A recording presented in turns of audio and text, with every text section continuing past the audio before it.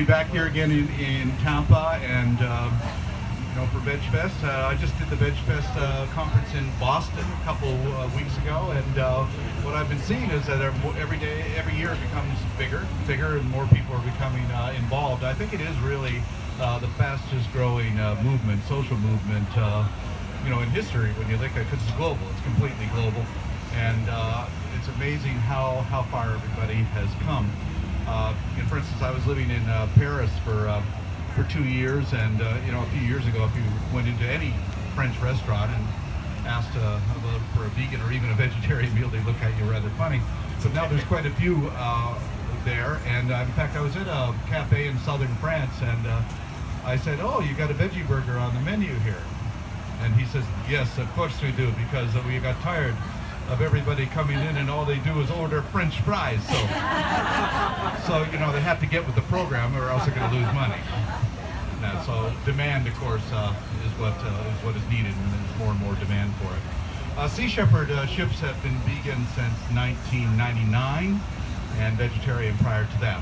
And so right now we have about 175 crew on 10 different ships around the world. And they're involved and engaged in direct interventions against primarily illegal activities. And what we've done over the last few years is engaged in these very successful partnerships with governments. So we're actually probably the only non-government organization in the world that has these ties with governments for enforcement. So right now in Africa, we're partnered with Gabon and Liberia, Tanzania, Namibia, Santovia and Cape Verde, Benin and Togo, and we're creating more alliances all the time. And what does that mean? Is that we go out with their soldiers on board our ships, and we arrest poachers. So we've arrested 34 poaching vessels this year in African waters. But more importantly, we've become a deterrent. So we're finding fewer and fewer of them because the poachers have gotten the message to stay out of those waters. And that's becoming a very, very effective campaign. And we're now moving on, so we've got a ship off of Indonesia now to work with the Indonesian government, and we're in partnership with Mexico, Peru, and Costa Rica and Ecuador. Since 1999, we've been in partnership with the Galapagos National Park. We set up an AIS system. We monitor the waters up to 60 miles.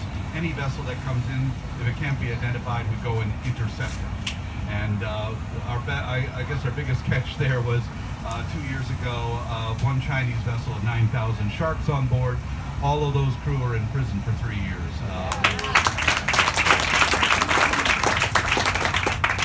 Our most dangerous campaign right now is in the Sea of Cortez, our partnership with the Mexican government, and that is to save the highly endangered vaquita porpoise. There's between 17 and 20 left in the world. And the reason that they're endangered is that the poachers are going after a fish called the totoaba, which is about the same size as the vaquita, about 3 to 4 feet in length. Now the totoaba bladders are worth $100,000 a kilo in the Chinese market. And when you put that kind of price tag on a fish, then the cartels get involved in it. And so far, because of our 5 years that we've been there, now we're involved in our 6th year. If it wasn't for that, the vaquita porpoise would now be extinct. So we're very, very proud of that, and we're going to keep that pressure on. We've seized 950 nets, 150,000 meters in nets in total. And, like I said, it's dangerous. We get shot at, our drones get shot down, and we have Molotov cocktails thrown at us. But thanks to our supporters last year, we were able to raise the funds to put water cannons on our ships, netting, and supply the crew with Kevlar helmets and bulletproof vests. So they didn't intimidate us out of that area. So we intend to stay there and police that area. As long as we can keep the nets out of the vaquita refuge, I think that we have a chance to prevent the extinction of the vaquita porpoise. And of course, there's many other species of dolphins in that are endangered. We're putting pressure on New Zealand right now to get an embargo on their fish products in order to save the Hector and Maui dolphins in their waters. We've had a crew all summer in the Danish Faroe Islands to intervene against the killing of pilot whales and dolphins there. And our vessel, the Sam Simon, is now heading up from Africa to the Bay of Biscay to confront the French trawler fleets that are killing dolphins off the coast of France. So our campaigns are completely global. And the reason we're able to do this is thanks to our volunteer base. Like I said, we have about 150 people right now, and 90% of our crews are volunteers. We do pay our chief engineers and our captains because I learned a long time ago it's better to have a professional chief engineer than a volunteer. It saves us a lot of money. And, but if it wasn't for the passion and the courage and the imagination of those volunteers, we wouldn't be able to do what we're doing. And so I'm very thankful for that. One of our vessels, the John Paul de Joria, just this last week finished up the campaign Good Pirates of the Caribbean. For the last 2 months, we've been supplying relief supplies to the people in the Bahamas. We've rescued many dogs and cats that have been were left homeless, brought them to Florida, found them new homes, and just this week set up a solar power station on Sweetwater Key in the northern part of the Bahamas to provide power to the people there. So we started the Good Pirates of the Caribbean with Hurricane Maria by helping the people in Dominica and Antigua. And it's proven to be very good for making relationships and good friendships with those countries. As a result, our ships all now fly the flags of Dominica. And why that's a good thing is we're the only ships in the world that have a status called research yachts, which, by the way, gives us a lot of benefits from a nautical point of view. Otherwise, if you're commercial, you have a lot of problems. This prevents us from being commercial. So the other ships that we have in global, they fly the Dutch flag. Now, I'll tell you a story about why we have the Dutch flag. Because we had the Japanese leaning on us all the time to take our flag away. Every time we got a new registration, and you can't go to sea without a registration, Japan would move on them and take it away. Our Belize flag lasted 18 days before they pulled it. They took our Canadian flag, they took our UK flag, and it was getting a little frustrating. So we went and we got the Dutch flag, and they tried it on the Dutch. They went to the Dutch foreign minister came to the Dutch Registry of Shipping and said, take their flag away. And the Dutch registry said, nah, I'm not going to do it. They said, well, I'm the Dutch foreign minister. I'm telling you to take it away. I said, yeah, but we don't take orders from you. Because in the Netherlands, the Dutch registry goes back to the Dutch East India Company, which is independent of the government. So therefore, as a result, the Dutch registry said, you know what, we're going to register any ship that they come with us to. So we've got a safe haven in the Netherlands there. So between the Netherlands and Dominica, we're able to operate quite well, which is very important. If you go, otherwise, you can't go to sea. Although we have gone to sea without the flag before 2005, we came into Cape Town in South Africa after pursuing the Japanese fleet, and Japan leaned on the South African government and they boarded us. And they said, well, you're improperly registered. And I said, well, this is a Canadian flag registered yacht. No, this is not a yacht. A yacht is a white ship you sit on and have drinks with your friends. This is not a yacht. And I couldn't resist it, and it got into the newspapers in South Africa. I said, you'd think in post-apartheid South Africa there'd be room for a black yacht. And, so that actually turned well, but they still couldn't get our flag back. So what we had to do, we just followed a freighter out at 5 o'clock in the morning. They didn't know we were missing until they read our press release the next day. But we were able to cross the Indian Ocean without a flag, and when we got to Australia, we got in there, and the Australian government or the authorities let us in. And when they asked them, how come you let them in without a flag? He said, well, we didn't really ask to look at it. So, it's good to have friends in those places. So the Sea Shepherd has grown. We're in now 42 different countries. We're the largest non-government Navy in the world. And when I say that, the reason that we made the vessels all vegan, going back to 1999, was for a very simple reason, is that you can't save the ocean by eating the ocean at the same time. And 40% of all of the fish taken from the ocean is not eaten by people. It's fed to pigs and chickens and domestic salmon and other domestic animals. So even when people are eating, say, a hamburger, they're actually eating fish. And so we live in a world where chickens in factory farms in Europe alone are eating more fish than all the puffins and albatrosses in the world. And we live in a world where domestic house cats eat more fish than all the seals in the Atlantic Ocean. And that's a world completely out of balance. And by the way, if a yellow-tailed tuna ever met a cat, it would eat the cat. So it's not a natural food. It's not natural. So what we're trying to discourage people from feeding fish to their cats, because 2.8 million tons of fish get fed to cats every year. 2.8 million tons. It's an incredible amount. Now, we kill 65 billion animals a year in the meat industry, but there's many more billions of that are killed in the ocean. And we really don't give much thought to the creatures in the sea. There's no difference between a cheetah and a bluefin tuna. The bluefin tuna is the fastest fish in the ocean, a warm-blooded fish. It's an incredible creature, and they're very rare now. They've been reduced by over 90% of their population. I think we got lost of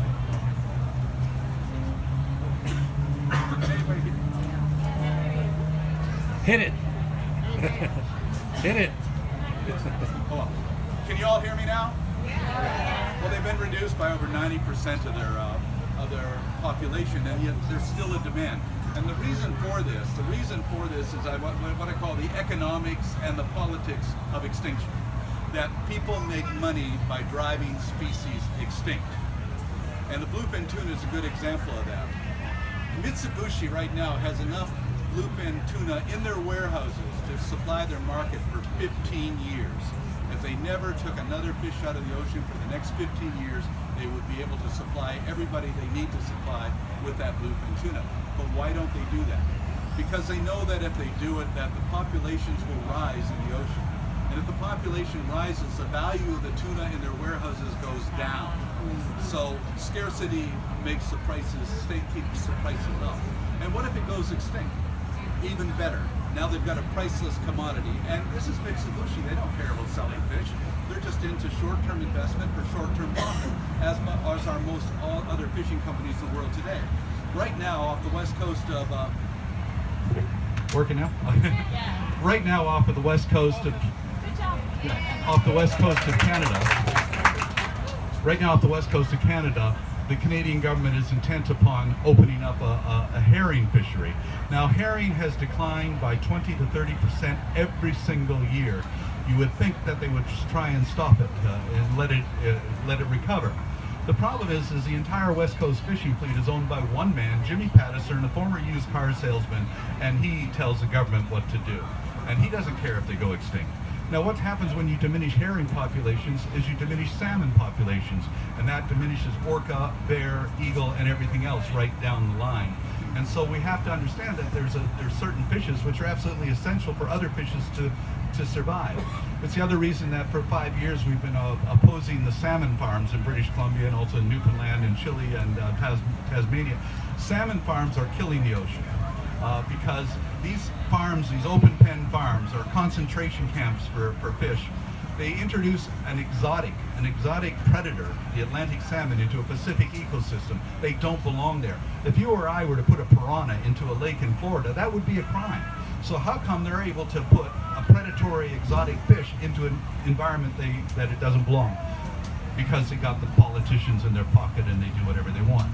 And what we've been able to do and prove is that these domestic salmon farms are spreading viruses and parasites to indigenous salmon populations.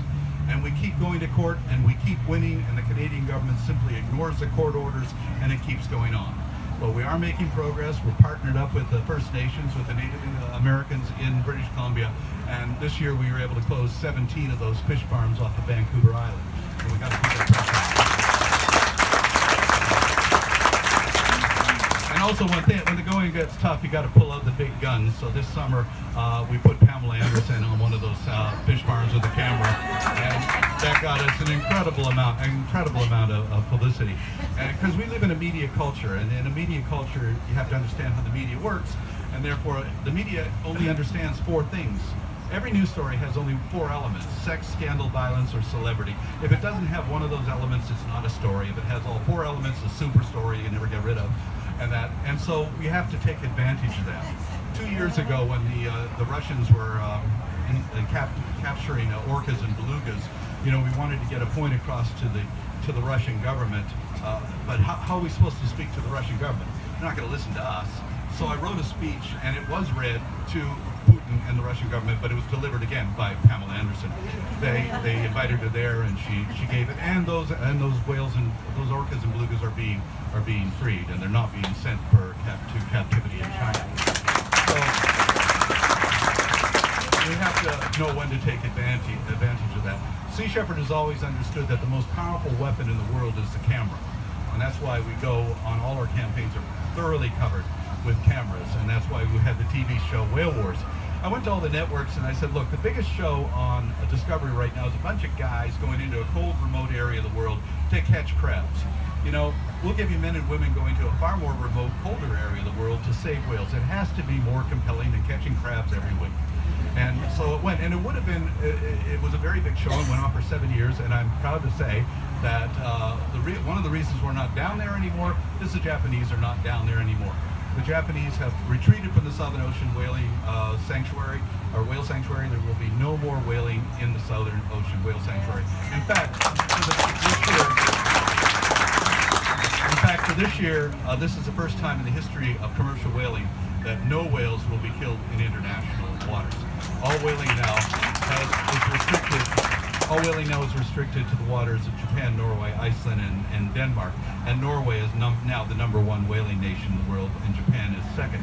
Now there's a lot of stories going around about how Japan is resuming commercial whaling. They never stopped. They just changed the name from scientific whaling to commercial whaling. But when people say, well, how come you're not going there to interfere with it? Because it's just like that song, you know when you have to know when to hold them, when you know when to hold them, and when to walk away. We have to walk away right now. Why? Because the new situation means Japan's whalers don't get any subsidies. And if they don't get subsidies, they're not going to survive. Now, one of the things that the Japanese government would love is for us to go in and intervene right now. That would inflame all the passions of the whalers and give them more of an excuse to continue doing what we're doing. So sometimes you just have to walk away. You've already done the damage, and let it just die on its own accord. And with the Japanese, you have to give them, they don't want to lose space, so you got to make it look like they're making the decision to back out themselves. And so that's working really well, and I'm very, very happy that over the last 40 years, we've seen commercial whaling reduced by 95% as to compare what it was. And that's made a big difference. And one of the reasons that this is very healthy for all of us is that whales are the farmers of the ocean. Without whales, we'd be in a lot of trouble because the crop that they grow is phytoplankton. And phytoplankton provides 70% of the oxygen in the air that we breathe. And phytoplankton populations have been reduced by 40% since 1950. Why? Because of the reduction of whales and seabirds and marine mammals. One blue whale every day defecates 3 tons into the ocean. And that's very rich in the nutrients of iron and nitrogen. That is the food of the phytoplankton. When you reduce whale populations, you reduce the nutrient base for phytoplankton, and that is the foundation of all life on this planet. If phytoplankton goes extinct, we all die. It's as simple as that. We do not live on this planet without phytoplankton. So it's very important that we do everything to encourage the growth of phytoplankton. A couple of years ago, the Fox Network attacked me quite viciously, which was quite a compliment. Because they said, did you say that worms and trees and bees and fish are more important than people? I say, yeah, I said that. How can you say something so outrageous as to say fish and bees and worms and trees are more important than people? Well, because fish and trees and worms and bees are more important than people. And a very simple reason for that. They can survive without us, but we cannot survive without them. They don't need us, we need them. If bees go extinct, we're in a lot of trouble. If worms go extinct, we're in a lot of trouble. If you look at the Earth as a spaceship, which is what it is on this incredible voyage around the galaxy, all spaceships have life support systems that provides the air that they breathe and the food that we eat and regulates climate and temperature. This planet, as a spaceship, has a life support system which provides everything that we need. The phytoplankton and the trees produce the oxygen and the food, and it regulates climate and temperature. But all life support systems have to be run by a crew. And we humans, we're not crew members on Spaceship Earth. We're passengers. We're having a great time entertaining ourselves and amusing ourselves to the benefit, not to the benefit of other creatures. But what we are doing is killing off crew members. And there's only so many crew members you can kill before the machinery begins to break down. The life support system will no longer work. And that's what we're doing. Every time we remove species or diminish species, we're diminishing our ability to survive on this planet. We cannot live here outside the laws of ecology, the law of diversity, the law of interdependence, and the law of finite resources. No species in the history of this planet has been able to survive outside of those basic ecological laws. So we think that we're doing real well, but we haven't done very well at all. We haven't been around very long. And at this rate, we're not going to be around much longer unless we turn it around. And we can turn it around. And people say, well, you know, it's so overwhelming, all the forces against us. We can't be concerned with that. The most important lesson I ever learned in my life was in 1973 when I was a medic for the American Indian movement during the occupation of Wounded Knee in South Dakota. We were surrounded by 3,000 federal agents who were shooting at us, 20,000 rounds a night. We wounded 46, killed 2 of us. I went to Russell Means, who was the leader of the American Indian movement, and I said, Russell, we don't have any hope of winning here. We're completely surrounded, we're outnumbered, the odds are against us, what are we doing here? And his answer is what's something that stayed with me for the rest of my life, when he said, well, we're not concerned about the odds against us, and we're not concerned about winning or losing. We're here because this is the right place to be, the right time to do it, and the right thing to do. He says, concentrate on the present, and that will take care of the future. So we don't worry about the future. We worry about the present and what we do right now. And will we survive? It's hard to say, but we can't worry about that. We just have to work towards that objective. But what really gives me a lot of hope when people really press me to it is I said, well, you know, in the history of mass extinctions on this planet, we're now in what's called the 6th mass extinction, called the Anthropocene, because we're responsible for it. The Permian extinction wiped out 97% of all life on this planet. And the last major extinction event was 65.2 million years ago with the extinction of the dinosaurs. But what did all of those mass extinction events have in common? 18 to 20 million years for a full recovery. So 18 to 20 million years from now, it's going to be a really nice planet. We might not be here, but it's going to be a nice planet. So that's what I use as my light at the end of the tunnel on all of this. But what I'm really encouraged by is the fact that so many young people today are getting involved and understanding that they can make a difference, and they're not being deterred by criticism. I was talking with Greta Thunberg just 2 weeks ago about this, and I said, does it bother you with all these death threats and criticism? And she said, no, not at all. We just accept that. That's part of it. And I realized that long ago that if you're going to change anything in the world, you're going to make enemies. And you can really measure your success by how many people you piss off. And I think Greta's pissing off a lot of people, which means that she's doing a lot of good. But it's amazing that a 16-year-old girl can get that kind of attention. But it's also amazing that so many individuals around the world have made such an incredible difference in so many ways. Because of Diane Fossey, because of Diane Fossey, we still have mountain gorillas in Rwanda. And Jane Goodall's work and Baruta Galdakos's work with orangutans. David Wingate, who is a biologist in Bermuda, because of him, the storm petrel didn't go extinct. And I can't think of anything more noble than the fact that you lived, a species was prevented from extinction or habitat protected. That's about the greatest legacy that any person can ever have. And you know, one of the criticisms we have against us all the time is, well, you know, you're risking people's lives when you go out there. Your crew are, you know, do you really ask them to risk their life to protect a whale? I said, absolutely. If they're not willing to risk their life to protect a whale, I don't want them on my crew. And they said, well, that's asking an awful lot of people. I said, no, not really. In our world, we don't think anything about asking young people to risk their life and give their life for real estate, oil wells, flags, and religion. So I think it's a far more noble thing to risk your life to protect an endangered species or a habitat. You know, we really just have to get our priorities right. Because it really comes down to what our values are. You know, a few years ago, a ranger in Zimbabwe shot and killed a poacher who was about to kill a black rhinoceros. And human rights groups around the world attacked him. How dare you kill a human being to protect an animal? And I think his answer really illustrated the hypocrisy that we live in. And he said, you know, if I was a police officer in Harare and a man ran out of Barclays Bank with a bag of money and I shot him in the head and killed him right on the street there, you'd pin a medal on me and call me a hero. So how is it that a bag of paper has more value than the future heritage of this nation? He said, that's where our values are. It's in property, it's in money, it's not in life. You know, imagine for a moment going into Mecca and spitting on the black stone. You think you're going to walk out of that city alive? You'll be ripped to pieces. Go up to the Wailing Wall in Jerusalem and start hacking away. You're going to get shot by an Israeli soldier, and nobody's going to have any sympathy for you.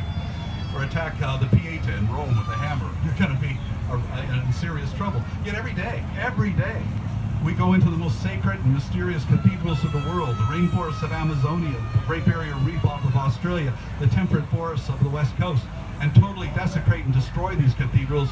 And what do? A few people dress up in animal costumes, jump around with protest signs, or write letters to the Congress. That is it. But if the rainforests of Amazonia, the Great Barrier Reef, were as sacred to us, if we loved them as much as some old wall in Jerusalem, a piece of marble in Rome, or a piece of meteorite in Mecca, we would rise up and defend them. We would fight for it. But we don't, because we live in an anthropocentric culture, and that means that we as a species are totally involved with ourselves. We are a bunch of conceited, naked apes who are divine legends in our own mind, and everything revolves around us. And we have to understand that if we're going to survive, we have to live in harmony with all of these other species, that they're just as important as we are. And in fact, in many cases, more important than we are. We don't live here without them. And that's why we take the risks that we do. That's why we go out onto the high seas and stop these people that are doing what they're doing. And, you know, about 20-25 years ago, our opponents kept calling us pirates. And we said, okay, well, if you're going to call us pirates, let's be pirates. And that's why we have the flag, the pirate flag. And the symbol, the reason I designed that flag is the black stands for extinction. The skull symbolizes that humanity is responsible for that. The yin and yang of the dolphin and whale in the forehead says that harmony can be found in diversity in the sea. And the cross shepherd staff and the trident is representative of our approach, which is aggressive non-violence. And I'm very proud of the fact that in 42 years of operations, we've never injured a single person. We've never sustained any serious injuries at all. In 42 years of operating these ships. The perception is that, you know, I mean, I was on one show and they said, well, you know, you're an eco-terrorist. I said, no, I'm not. I never worked for Monsanto. And so we've never injured anybody. I was invited a few years ago to give a talk. I was paid to give a talk by the FBI to the students there at Quantico. And an FBI agent said, well, you know, Sea Shepherd's walking a pretty damn fine line when it comes to the law. And I said, yeah, well, who cares how fine it is as long as you don't cross the line? Couldn't really argue with that. But he said, well, you know, some of your crew have gone on to become eco-terrorists. I said, really? Like, what are you talking about? He said, Rod Coronado is an eco-terrorist. I said, he breeds some mink from a mink farm. Is that your definition of terrorism? He said, well, you know, and I said, besides, he did that after he left Sea Shepherd. He did that on his own. That's his thing. And he said, well, you trained him. You're responsible. I said, I couldn't resist it. I said, well, I got a couple of names for you. Timothy McVeigh, Lee Harvey Oswald, Osama bin Laden. You trained them. You're responsible.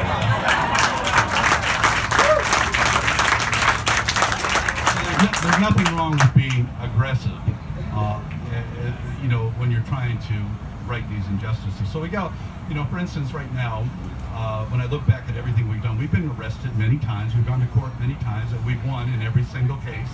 But right now, for instance, I can't travel because Japan has me on the Interpol Red List. Now, what the Interpol Red List is put together for serial killers, war criminals, and major drug traffickers.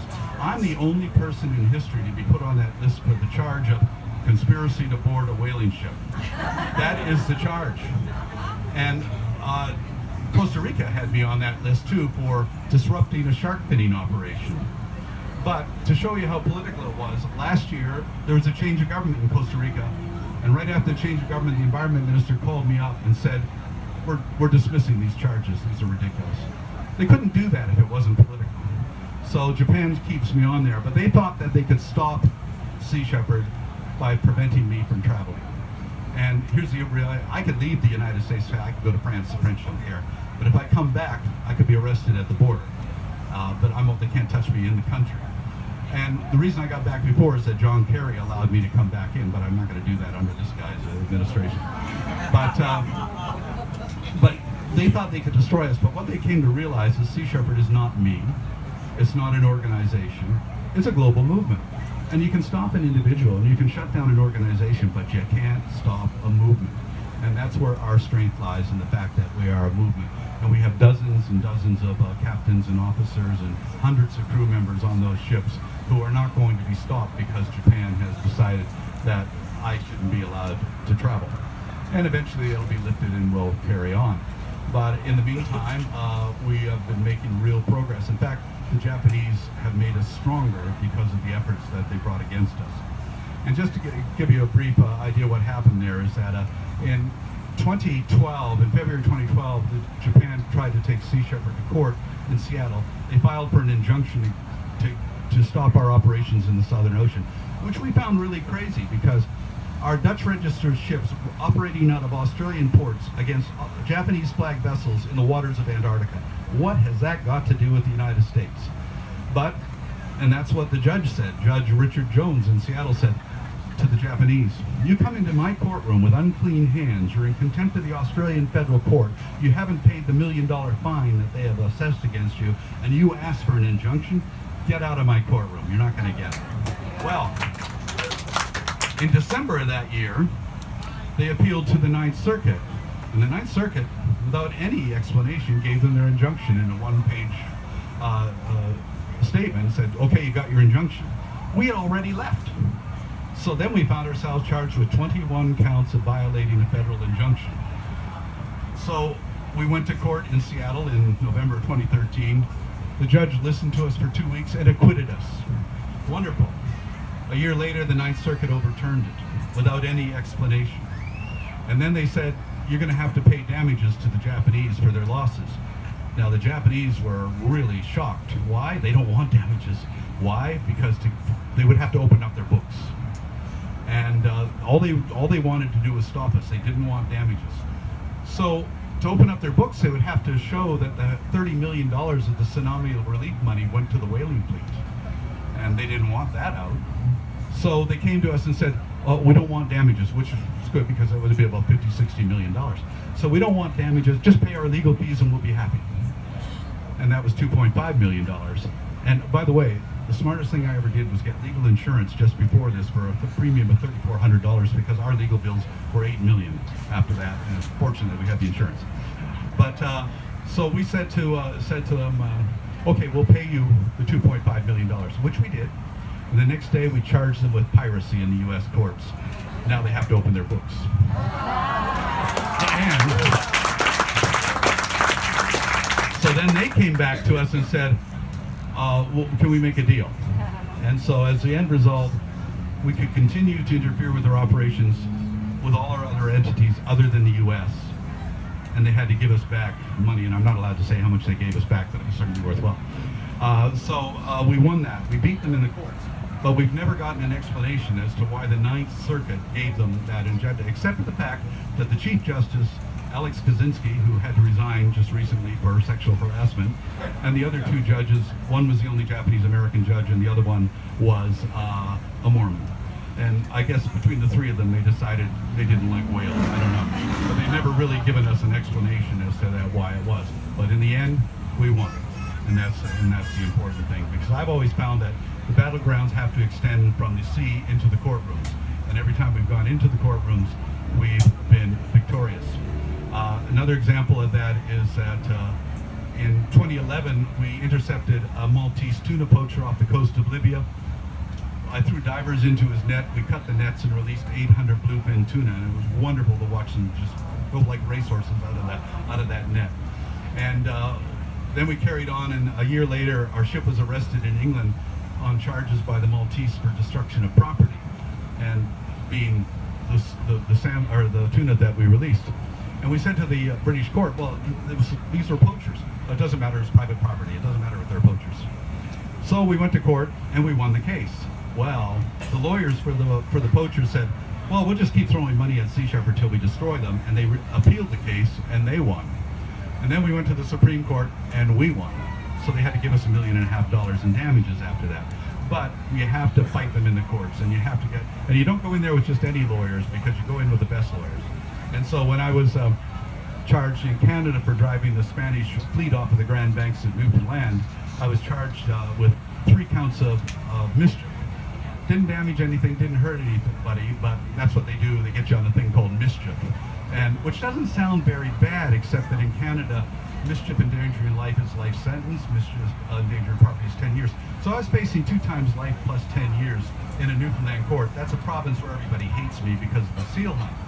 So I called my friend, a lawyer in Vancouver. I said, "Who's the best damn lawyer in Newfoundland?" He said, "Brian Casey, got all those priests off in the orphanage scandal." Oh, well, he's my guy. And we went into court, and he was an artist. He goes up to the jury. He says, "Ladies and gentlemen of the jury, we're not going to say we didn't do this. We're going to say that we did do it. We're proud to have done it, and we intend to do it again." That was our opening defense, and we won the case.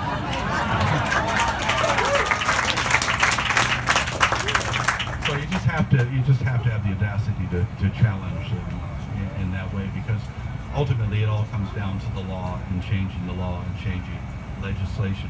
So the strength of any ecosystem is in diversity. Therefore, the strength of any movement has to be in diversity.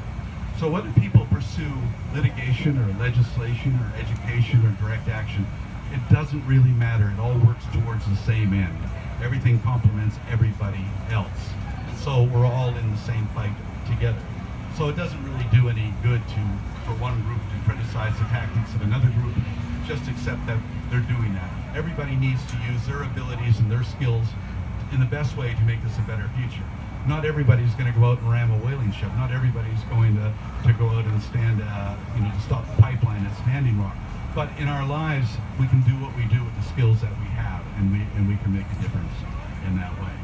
Back in 1979, we had just shut down the pirate whaler Sierra, and I had a crew member come to me. He's 19 years old, and he said, "What are you going to do about the treatment of chimpanzees in laboratories?"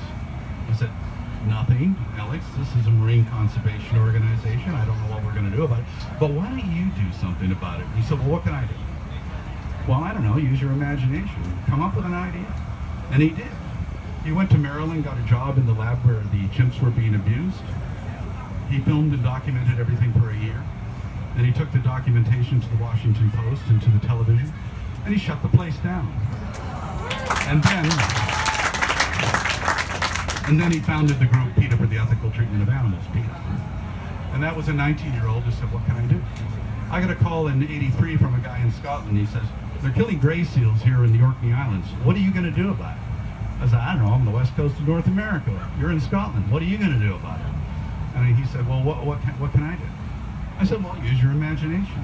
So what he did was he got a bunch of volunteers together. They went to the Orkney Islands, and they were very enthusiastic. They set up their own Sea Shepherd group, and they went onto the island, and they walked up to the sealers. They grabbed the rifles out of their hands and threw the rifles into the ocean.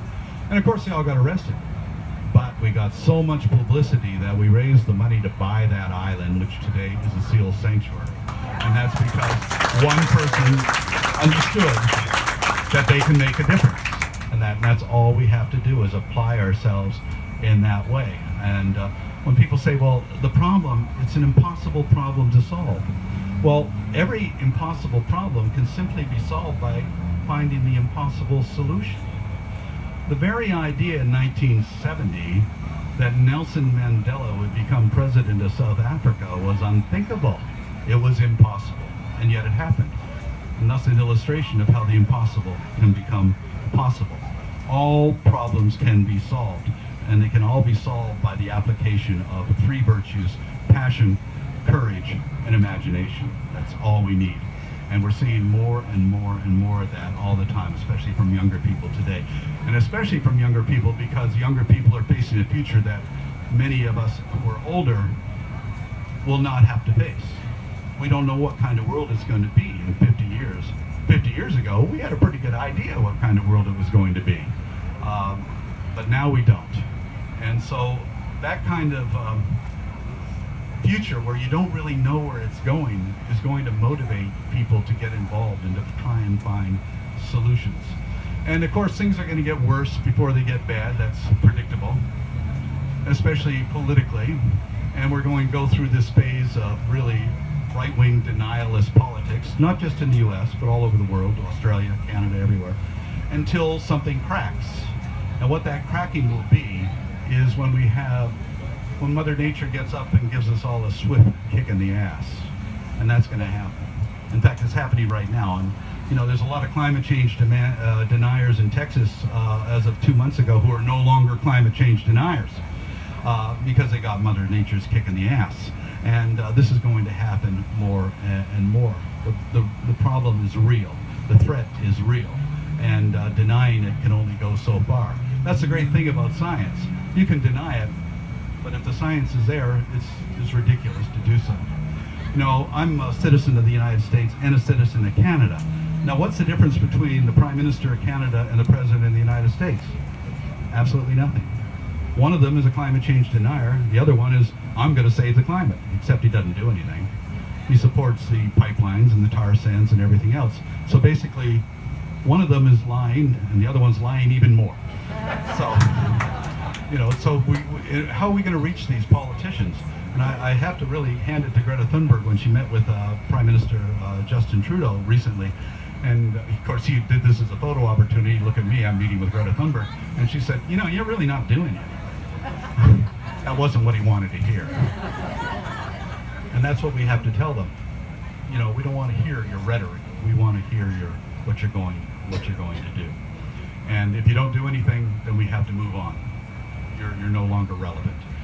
And that's only going to be done by individuals becoming more and more active. And that, of course, is motivated by people becoming more and more passionate. So, any questions on anything?